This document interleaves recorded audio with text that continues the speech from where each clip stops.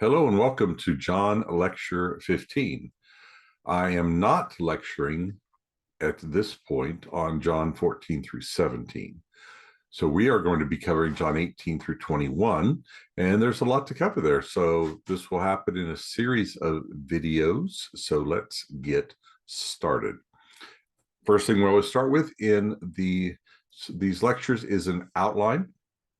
And so if we want to outline this section, the way I have that broken down, chapter 18, verses 1 through 11 is the arrest of Jesus and his appearance with Simon. Then we have verses 12 through 27, which is Jesus at his trial and the Simon appearances. 18:28 through 19:15 all surrounds Pilate. Now there's a lot in there. We'll talk about that when we come to the themes. The crucifixion is in chapter 19, verses 16 through 30. And then we have the burial in verses 31 through 42. Chapter 20 opens up with the empty tomb in verses 1 through 10. We have an appearance to Mary by Jesus in 11 through 18. We have an appearance to his disciples in 19:23. We have an appearance to his disciples with Thomas in 24 through 29. And then we have the purpose statement in John 20, verses 30 through 31 of the text. Chapter 21 opens with an appearance to 7 disciples in verses 1 through 14.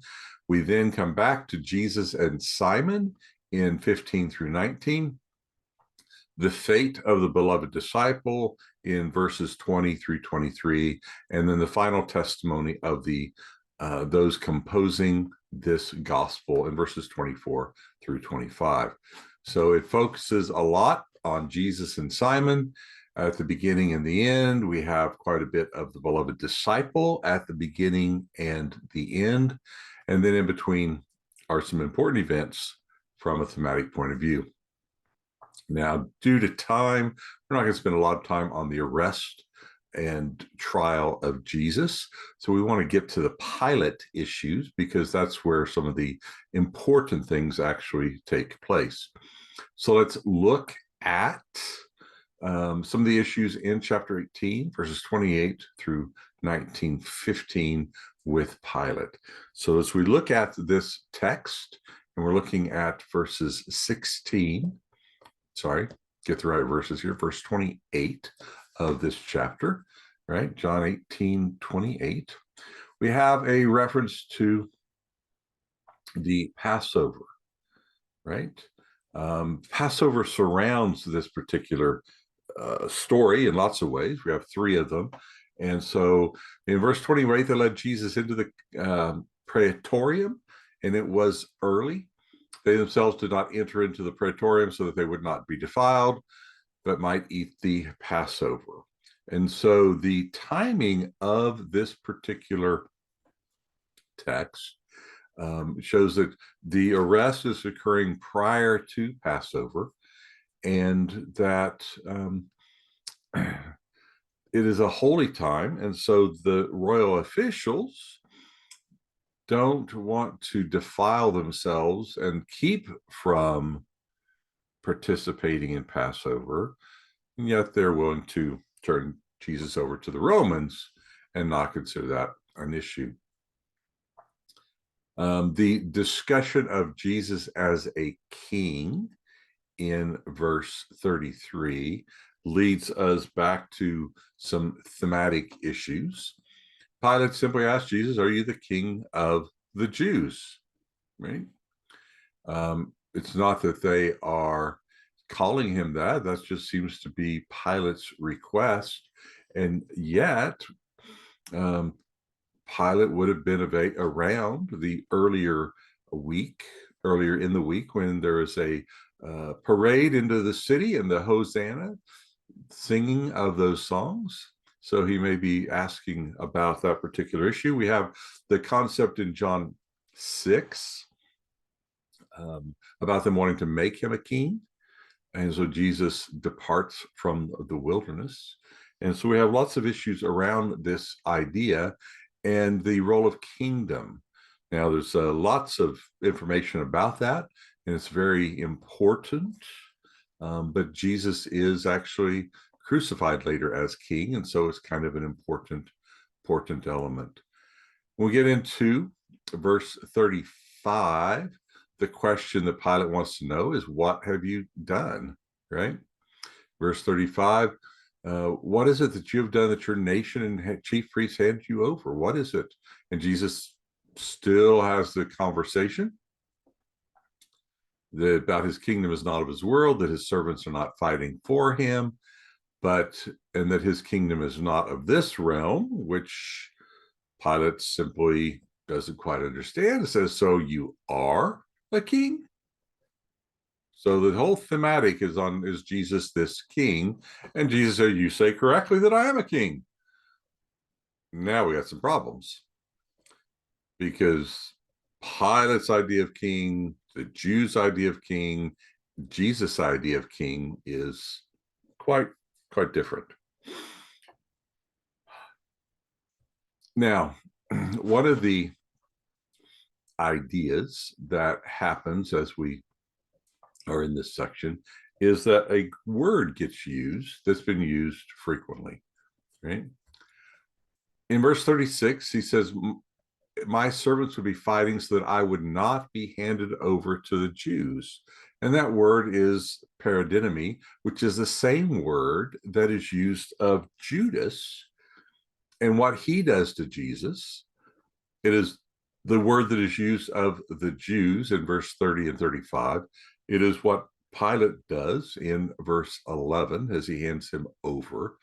But a rare place that we want to look as John chapter 6.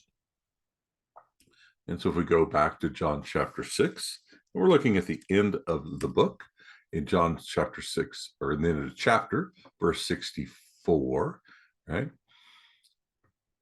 There are some of you who do not believe, Jesus says, for Jesus knew from the beginning who they were who did not believe and who would betray him, hand him over. And so there is a link to this discussion here in John 18 with the concept that starts at John 6, which is also where we have the mention of kingship. So a lot of links with other parts of the story. Now, there are some interesting elements. The one thing that does happen is that when Pilate goes back out, because there are a series of scenes where Jesus is inside the praetorium with Pilate, Pilate goes back outside, goes back inside, goes back outside, and he has a discussion with the people and says, should I release the king of the Jews for you? And they cry out, no, no, no, not this man, Barabbas. And then the commentator tells us Barabbas was a robber. But then we keep going, right? And Pilate has this topic in verse 12 of chapter 19, where the Jews do not want Jesus released. And they say, oh, hold on. If you let him go, you are not a friend of Caesar. Now, that's an important title in the ancient world, right? Are you going to have us report to Caesar Tiberius of your unfaithfulness? At which point now he has to ask a question. And in verse 15, shall I crucify your king? And they say, we have no king but Caesar. So Pilate has gotten a confession out of the leaders of loyalty to Caesar. It's very interesting conversation. So what is happening? He's now handing him over to be crucified on this day. It's not yet noon. It's still the early morning. But what day is it? And if we go, right, to verse chapter 18, right? Sorry, chapter 19, verse 14. I was one verse off there, right? We know it's Passover. We know that they don't want to be defiled, but what morning is it? And the narrator says it is the day of preparation for the Passover. About the 6th hour, so about midday when this trial ends. And the day of preparation is representing the day prior to the night when they were released, the night in Egypt when the, how do we say, angel of death passed over the land and destroyed the firstborn.